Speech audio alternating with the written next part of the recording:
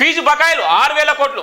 ఇంకో ఈ ఫీజు బకాయిలు కట్టేటువంటి లేదు, కానీ ఈ కంట్రవర్సీలకు అయితే పోతారు. ఇలా రాష్ట్రంలో పిల్లలు విద్యార్థులు ఇలా ఆకలి చావులు వస్తున్నారు. ఇలా విద్యార్థులు ఇలా పట్టించుకునే నియమలేదు. ఇలా ఉన్నటువంటి మంత్రులు ఎందుకు గెలిపించినామో అని ఇలా లబోదీపం అంటున్నారు కాంగ్రెస్ పార్టీని.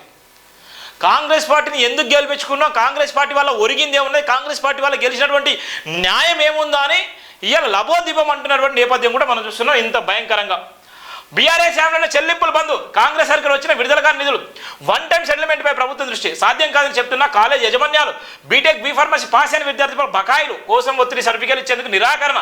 తాజాగా నర్సింగ్ విద్యార్థులు ఇదే పరిస్థితి. స్టాఫ్ నర్సుల భర్తీ నేపథ్యంలో సర్టిఫికేట్ల కోసం క్యూ, 60 నుంచి 70,000 ఇవ్వాల్సింది అంటున్న కళాశాలలు. డిఎంకి ఫిర్యాదుల విచారణ కమిటీ చూడు, ఇది మన రాష్ట్ర ప్రభుత్వం ఏం చేస్తుంది.